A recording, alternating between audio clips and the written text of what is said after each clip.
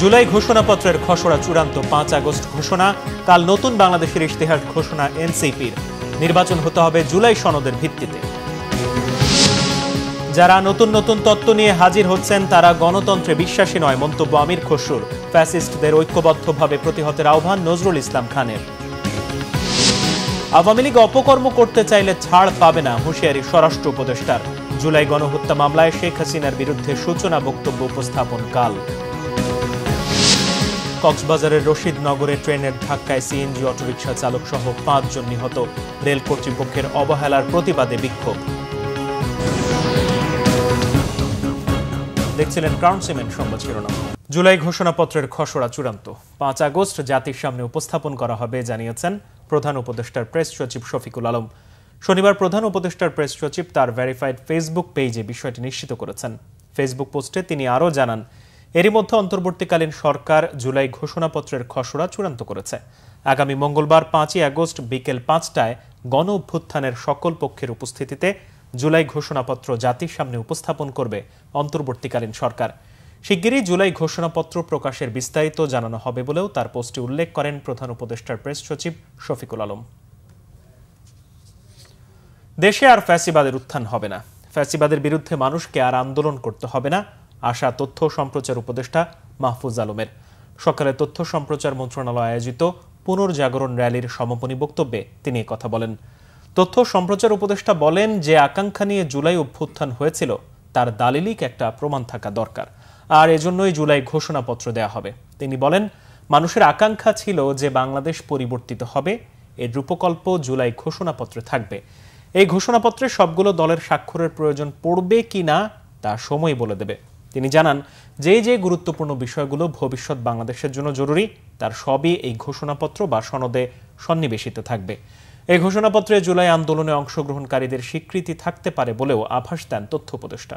বসে আমরা যে আকাঙ্ক্ষা নিয়ে বাংলাদেশকে চেয়েছিলাম, ওই আকাঙ্ক্ষার একটা পেপার ওয়ার্ক আমাদের থাকা দরকার, একটা দালিলিক প্রমাণ থাকা দরকার। সেই দালিলিক প্রমাণটা হচ্ছে জুলাই ঘোষণাপত্র।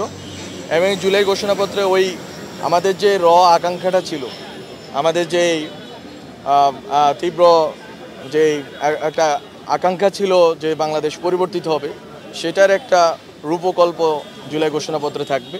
এবং এই ঘোষণাপত্র আসলে সবগুলো দলের সিগনেচারের প্রয়োজন হবে কিনা আমরা জানি না এখনও। আমরা মনে করি যে মূলত যেই ব্রড বিষয়গুলোতে সব দলের কনসেনসাস আছে, ঐকমত্য আছে ঐতিহাসিক এবং ভবিষ্যৎ বাংলাদেশের জন্য, সেই বিষয়গুলো এখানে সন্নিবেশিত অলরেডি হয়েছে। গত এক বছরে অন্তর্বর্তী সরকার জুলাই আন্দোলনের আকাঙ্ক্ষা পূরণ করতে পারেনি। জুলাই সনদ ও ঘোষণাপত্রের মাধ্যমে তা কিছুটা পূরণ হবে বলে মন্তব্য করেছেন জাতীয় নাগরিক পার্টির আহ্বায়ক নাহিদ ইসলাম। শনিবার বিকেলে এনসিপির বাংলা মোটরের অস্থায়ী কার্যালয়ে আয়োজিত এক সংবাদ সম্মেলনে এই মন্তব্য করেন নাহিদ ইসলাম। তিনি বলেন, জুলাই আন্দোলনে মানুষের মধ্যে অর্থনৈতিক সংস্কার, কর্মসংস্থান ও জীবনমানের পরিবর্তনে যে আকাঙ্ক্ষা তৈরি হয়েছে তা এক বছরে পূরণ সম্ভব হয়নি। মানুষের এই আকাঙ্ক্ষাকে বাস্তবে রূপ দিতে জাতীয় নাগরিক পার্টি গঠন করা হয়েছে। রোববার এক দফা ঘোষণার বর্ষপূর্তিতে বিকাল 4টায় জাতীয় শহীদ মিনারের জনসভা থেকে নতুন বাংলাদেশের ইশতেহার ঘোষণা করবে এনসিপি। সেখানে এনসিপির ভবিষ্যৎ পরিকল্পনার রূপরেখা তুলে ধরা হবে।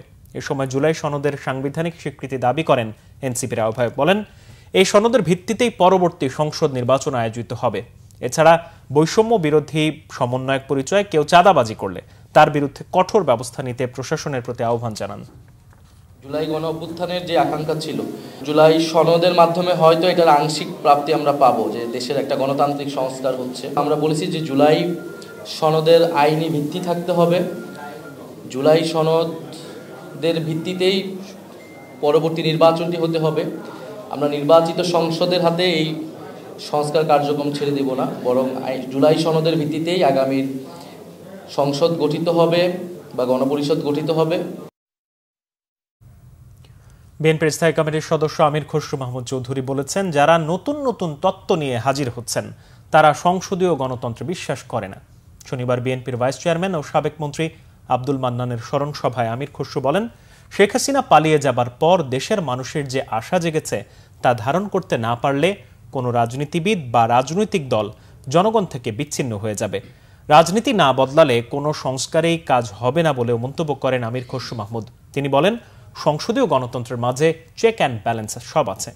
বিগত দিনে অনেক কিছু কাজ করেনি এটা স্বীকার করে আমির খসরু বলেন, গত 15 বছর শেখ হাসিনা সংসদীয় গণতন্ত্রের প্রক্রিয়াগুলো শেষ করে গেছে। অনেক ধরনের নতুন নতুন তথ্য আইডিয়া নিয়ে অনেকে আসছেন, তারা নিজেদেরকে খুব বেশি বুদ্ধিমান ব্যক্তি মনে করছে। গণতান্ত্রিক প্রক্রিয়ার মাধ্যমে যদি কোনো পরিবর্তন আনতে হয়, সংসদের বাইরে সেটা করার কোনো সুযোগ নাই।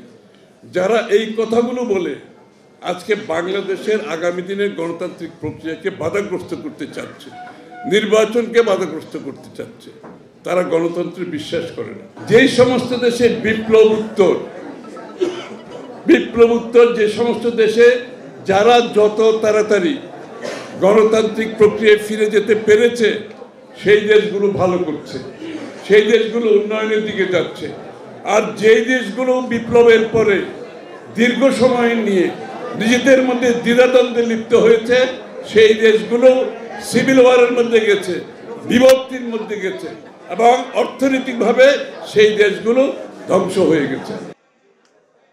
ফ্যাসিবাদী আওয়ামী লীগের পুনরুত্থান চেষ্টার বিরুদ্ধে জুলাই গণ অভ্যুত্থানের পক্ষের সবাইকে ঐক্যবদ্ধ হয়ে প্রতিহতের আহ্বান জানিয়েছেন বিএনপির স্থায়ী কমিটির সদস্য নজরুল ইসলাম খান। রাজধানীর এফডিসিতে ডিবেট ফর ডেমোক্রেসি আয়োজিত ছায়া সংসদ বিতর্ক শেষে এ আহ্বান জানান তিনি। বলেন, সেনাবাহিনী, পুলিশ, বিচার বিভাগ, গণমাধ্যম সহ বিভিন্ন জায়গায় এখনও আওয়ামী লীগের সুবিধাভোগীরা রয়েছে। এজন্য আওয়ামী লীগ পুনরুত্থানের চেষ্টা করছে বলে জানান তিনি। তবে সবাই ঐক্যবদ্ধ থাকলে তাদের পরাস্ত করা সম্ভব হবে। নজরুল ইসলাম খান বলেন, পরিপূর্ণ প্রস্তুতি ছাড়া বিএনপি নির্বাচন চায় না, তবে নির্বাচন নিয়ে অহেতুক বিলম্বও চায় না তার দল। বিএনপি, জামাত, এনসিপি সবাই নির্বাচন চায় জানিয়ে তিনি বলেন, দল গোছানোর জন্য কেউ কেউ নির্বাচনে কিছুটা বিলম্ব করার চেষ্টা করছে। ক্ষমতায় গিয়ে কেউ ফ্যাসিস্ট হওয়ার চেষ্টা করলে তরুণ প্রজন্মকে তা প্রতিহতের আহ্বান জানান তিনি। অনুষ্ঠানে শেখ হাসিনা ও মুজিব পরিবারের অবৈধ সম্পত্তি বাজেয়াপ্ত করে জুলাই যোদ্ধাদের দেয়ার আহ্বান জানান debate for democracy chairman Hasan Ahmed Chowdhury Kiran. বিতর্কে তেজগাঁও কলেজকে পরাজিত করে বিজয়ী হয় এদেন মহিলা কলেজের বিতর্কিকরা।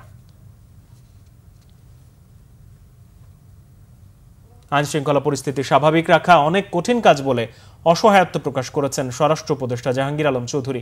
বলেন, নিষিদ্ধ সংগঠন আওয়ামী লীগের সাথে বাহিনীর কেউ জড়িত থাকলে ব্যবস্থা নেওয়া হবে।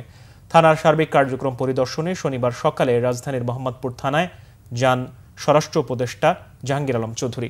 এই সময় থানার বিভিন্ন কক্ষ পরিদর্শন করেন তিনি। পরে সাংবাদিকদের কাছে নিরাপত্তা ইস্যুতে নিজের অসহায়ত্ব প্রকাশ করেন স্বরাষ্ট্র উপদেষ্টা।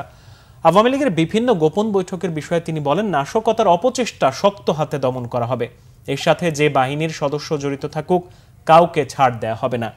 এদিকে থানা পরিদর্শন শেষে জুলাই আন্দোলনের শহীদদের গণকবর জিয়ারত করতে রায়ের বাজার বধ্যভূমিতে যান জাহাঙ্গীর আলম চৌধুরী। সেখানে তিনি জানান, রায়ের বাজার বধ্যভূমিতে 114 গণকবরের মরদেহ তোলার সিদ্ধান্তের কথা। গণকবর সৃষ্টির নেপথ্যে থাকা সবাইকে আইনের আওতায় আনার হুঁশিয়ারিও দেন স্বরাষ্ট্র উপদেষ্টা। জুলাই গণহত্যার মামলায় আন্তর্জাতিক অপরাধ ট্রাইব্যুনালে শেখ হাসিনার বিরুদ্ধে প্রথম সাক্ষ্য গ্রহণ শুরু হবে আগামীকাল। ট্রাইব্যুনালের অনুমতি নিয়ে লাইভ সম্প্রচার করা হতে পারে, এই তথ্য জানিয়েছেন ট্রাইব্যুনালের প্রসিকিউটর গাজী MH তামিম। এর আগে গত 10 জুলাই আন্তর্জাতিক অপরাধ ট্রাইব্যুনাল জুলাই আগস্টের মানবতা বিরোধী অপরাধের মামলায় শেখ হাসিনা সহ 3 জনের বিচার শুরুর আদেশ দেন। মামলা থেকে আসামিদের অব্যাহতির আবেদন খারিজ করেন বিচারপতি মোহাম্মদ গোলাম মর্তুজা মজুমদারের নেতৃত্বে গঠিত 3 সদস্যের আন্তর্জাতিক অপরাধ ট্রাইব্যুনালের এ আদেশ দেন। এই মামলায় শেখ হাসিনা ও আসাদুজ্জামান খান কামাল পলাতক। অন্যদিকে সাবেক আইজিপি মামুন বর্তমানে কারাগারে আটক রয়েছে। এরই মধ্যে নিজের অপরাধ স্বীকার করে রাজ সাক্ষী হয়েছেন চৌধুরী আব্দুল্লাহ আল মামুন। কক্সবাজারের রামু উপজেলায় রেল ক্রসিংয়ে ভয়াবহ ট্রেন দুর্ঘটনায় সিএনজি অটোরিকশা চালক সহ 5 জন নিহত হয়েছেন। দুপুর 12:30টার দিকে উপজেলার রশিদনগরের পানির ছড়া ভারুয়াখালী রেল ক্রসিংয়ে এই মর্মান্তিক দুর্ঘটনাটি ঘটে। নিহতদের মধ্যে রয়েছে 2 নারী ও 1 শিশু। প্রত্যক্ষদর্শীরা জানান, যাত্রীবাহী সিএনজি অটোরিকশাটি পানির ছড়া ভারুয়াখালী সড়কের রেল লাইন পার হওয়ার সময় চট্টগ্রামগামী একটি ট্রেনের সাথে সংঘর্ষ হয়। এ সময় সিএনজিটি ছিটকে পড়ে দুমড়ে মুচড়ে যায়। ঘটনাস্থলেই 4 জন ও হাসপাতালে নেয়ার পথে 1 জনের মৃত্যু হয়। দুর্ঘটনার পর স্থানীয় জনতা ক্ষুব্ধ হয়ে রেল লাইনে অবস্থান নিয়ে ট্রেন চলাচল বন্ধ করে দেয়। তারা রেল কর্তৃপক্ষের অবহেলার প্রতিবাদে বিক্ষোভ করতে থাকেন। দীর্ঘ সময় ধরে রেল লাইন অবরোধ থাকায় ট্রেন চলাচলে বিঘ্ন ঘটে। স্থানীয়দের অভিযোগ, রশিদনগরের এই রেল ক্রসিংয়ে দীর্ঘদিন ধরে কোনো গেট বা গেটম্যান নেই। ফলে প্রায় সময় এখানে ছোট বড় দুর্ঘটনা ঘটে। আওয়ামী লীগ সরকারের বৈষম্য ভাঙার আন্দোলনে বারুদ জ্বলেছিল রংপুরের বেগম রোকেয়া বিশ্ববিদ্যালয়ে। সেই আন্দোলনে স্বৈরাচারের পতন হলেও প্রত্যাশার পালে কতটুকু হাওয়া লেগেছে শহীদ আবু সাঈদের বিশ্ববিদ্যালয়ে? বাজেটে কি পেল এমন প্রশ্ন ঘুরছে। সংশ্লিষ্টরা বলছেন বিশ্ববিদ্যালয়কে এগিয়ে নিতে নেওয়া হয়েছে মেগা প্রকল্প। বিশেষজ্ঞরা বলছেন সমতা ও ন্যায্যতার ভিত্তিতে সরকারের বিশেষ বরাদ্দ পেলে তবেই সার্থক হবে জুলাই বিপ্লব। রংপুর থেকে জুয়েল আহমেদের রিপোর্ট। শহীদ আবু সাঈদ শুধু একটি নাম নয়, গণ অভ্যুত্থানের একটি ইতিহাস। বৈষম্যহীন ন্যায়ভিত্তিক বাংলাদেশের স্বপ্নে প্রাণ উৎসর্গ করেছিলেন বেগম রোকেয়া বিশ্ববিদ্যালয়ের এই মেধাবী শিক্ষার্থী। সাঈদের আত্ম উৎসর্গই যুগান্তকারী পরিবর্তনের বার্তা দিয়েছিল। ক্ষমতায় এসেছে অগ্রযাত্রা সরকার, তবে প্রশ্ন উঠেছে এই বাজেটে কি পেল সাঈদের বিশ্ববিদ্যালয়? আমরা এখন পর্যন্ত যে সকল অবকাঠামোগত উন্নয়ন এই বিশ্ববিদ্যালয় এখন পর্যন্ত হয়নি, আমরা মনে করি যে অন্তর্বর্তীকালীন সরকার এই বিশ্ববিদ্যালয়ের উন্নয়নে যথাযথ মনোযোগ দিবে। এই বাজেট থেকে আমাদের হলে যদি কিছু বাজেট দেওয়া হয়, আমাদের থাকার প্লাস আমাদের পড়াশোনা, আবার আমাদের হলে খাবারের, আমাদের জন্য অনেক ভালো হবে। শুধু বিশ্ববিদ্যালয়ের শিক্ষার্থী নয়, সুশীল সমাজও জানতে চায় আহতদের চিকিৎসা, নিরাপত্তা এবং শিক্ষায় কেমন বরাদ্দ। ন্যায্য চাহিদা পূরণ না হলে শহীদের আত্মত্যাগ কি বৃথা যাবে? তবে সংশ্লিষ্টরা বলছেন বিশ্ববিদ্যালয়কে শিক্ষার বাতিঘর করতে নেওয়া হয়েছে বেশ কিছু উদ্যোগ। ভৌত অবকাঠামো শিক্ষা গবেষণার জন্য এবং আবু সাঈদের স্বপ্ন পূরণের জন্য আমি মনে করি এই 25-26 অর্থ বছরে এই বিশ্ববিদ্যালয়কে বিশেষ একটা স্পেশাল বাজেট দেওয়া উচিত। একটা সুইমিং পুল করব, একটা আমরা জিমনেশিয়াম করব, আমরা একাডেমিক ভবন করবে আরও 2টা, আমাদের শিক্ষকদের কর্মকর্তাদের আবাসিক ভবন হবে আরও 2টা।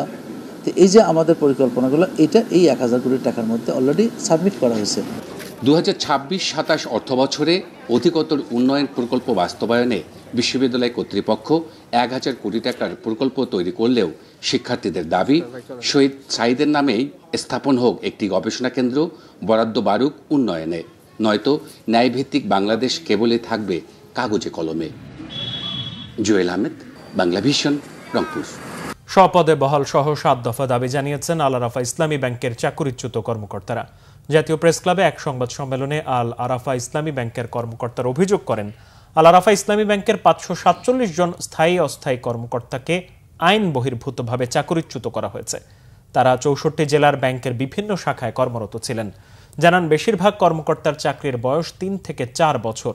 গত 20 জুলাই ব্যাংক কর্তৃপক্ষ সারা দেশের বিভিন্ন শাখা থেকে 547 জন কর্মকর্তাকে অফিসিয়াল মেইলে একসাথে চাকরিচ্যুত করেন। যদিও চাকরিকালে ব্যক্তিগত আচরণ কিংবা দায়িত্বে অবহেলা নিয়ে তাদের বিরুদ্ধে লিখিত অভিযোগ নেই বলে দাবি করা হয় সংবাদ সম্মেলনে। দীর্ঘ 3 মাস 2 দিন বন্ধ থাকার পর কাপ্তাই হ্রদে আবারও মাছ শিকার শুরু হয়েছে। শনিবার মধ্যরাত থেকে মাছ আহরণ শুরু হওয়ায় খুশি মৎস্য ব্যবসায়ী ও জেলেরা। জেলা প্রশাসনের সম্মেলন কক্ষে কাপ্তাই হ্রদ থেকে মাছ আহরণে নিষেধাজ্ঞা প্রত্যাহার সংক্রান্ত সভায় এই সিদ্ধান্ত জানান জেলা প্রশাসক মোহাম্মদ হাবিবুল্লাহ। এ সময় মাছ ধরায় নিষিদ্ধ জাল ব্যবহারকারীদের বিরুদ্ধে কঠোর হুঁশিয়ারি দিয়েছেন জেলা প্রশাসক। মধ্যরাত থেকে যথারীতি মাছ শিকার শুরু হবে। এবার হ্রদে আগের তুলনায় আরও অনেক বেশি মাছ আহরণ করতে পারবে বলে আশাবাদী স্থানীয় ব্যবসায়ীরা। মাছের প্রজনন মৌসুমে প্রতি বছর কাপ্তাই হ্রদে 1 মে থেকে 31 জুলাই পর্যন্ত 3 মাস মাছ শিকারে নিষেধাজ্ঞা দেওয়া হয়।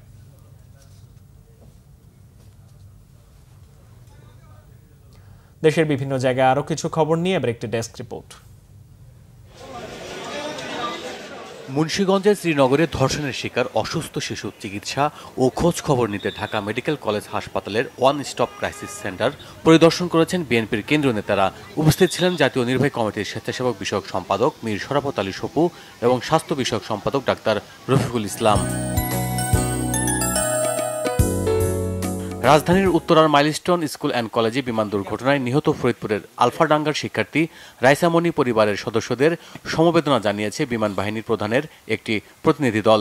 পরে তারা নিহতের কবর জিয়ারত ও শ্রদ্ধা জানান। উপস্থিত ছিলেন যশোর মতিউর রহমান ঘাটের স্কোয়াড্রন লিডার মোহাম্মদ জিয়াতুল ইসলাম। জাতীয় সংসদের সাতক্ষীরা 3 ও 4 আসনে সীমানা পুনর্বিন্যাস করে নির্বাচন কমিশনের খসড়া গেজেট প্রকাশের প্রতিবাদে মানববন্ধন হয়েছে শ্যামনগরে। উপজেলা সদরের চৌরাস্তা মোড়ে এতে বক্তব্য রাখেন জামায়াত নেতা গাজী নজরুল ইসলাম। জুলাই 15 জাগরণ উপলক্ষে সমাবেশ ও চলচ্চিত্র প্রদর্শন হয়েছে বরিশালে। দুপুরে জেলা প্রশাসকের সম্মেলন কক্ষে এতে প্রধান অতিথি ছিলেন জেলা প্রশাসক মোহাম্মদ দেলোয়ার হোসেন। দ্রুত শিক্ষা সংস্কার কমিশন গঠন সহ বিভিন্ন দাবিতে মানববন্ধন হয়েছে বগুড়ায়। শহরের 7 মাথায় এই কর্মসূচি পালন করে জাতীয় শিক্ষক ফোরাম। বিএনপির কর্মী সভা হয়েছে গাজীপুরের কালিয়াকৈরে। মাজু খান উচ্চ বিদ্যালয় মাঠে এতে বক্তব্য রাখেন জেলা বিএনপির সদস্য সচিব doctor barrister Chowdhury Ishraq Ahmed Siddiqui. Red crescent কার্যনির্বাহী কমিটির প্রথম সভা হয়েছে খাগড়াছড়িতে। সকালে রেড ক্রিসেন্ট ভবনে এতে সভাপতিত্ব করেন জেলা পরিষদ চেয়ারম্যান শেফালিকা ত্রিপুরা। জুলাই গণ অভ্যুত্থান স্মরণে রেমিটেন্স যোদ্ধা দিবস উদযাপন হয়েছে কুড়িগ্রামে। জেলা প্রশাসক কার্যালয়ে বক্তব্য রাখেন জেলা প্রশাসক Nusrat Sultana. Bangla vision news desk. সংবাদ শেষ করব ক্রাউন সিমেন্ট শিরোনামগুলো আরো একবার জানিয়ে।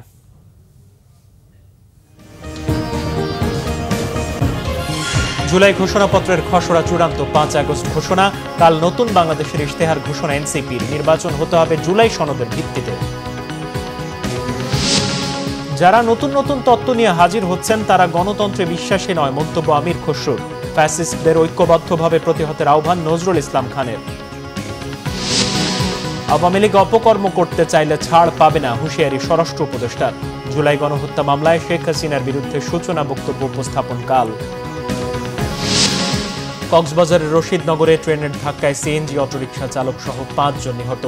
রেল কর্তৃপক্ষের অবহেলার প্রতিবাদে বিক্ষোভ। এই ছিল এখনকার মতো। পরের সংবাদ সন্ধ্যা 7:30টায় দেখার আমন্ত্রণ রইল। এছাড়া বাংলা ভিশন সংবাদ ও সংবাদ সংশ্লিষ্ট অনুষ্ঠান দেখতে ভিজিট করুন www.bbnews24.com ও facebook.com/banglavisionnews এবং সাবস্ক্রাইব করুন youtube.com/banglavisionnews। ধন্যবাদ।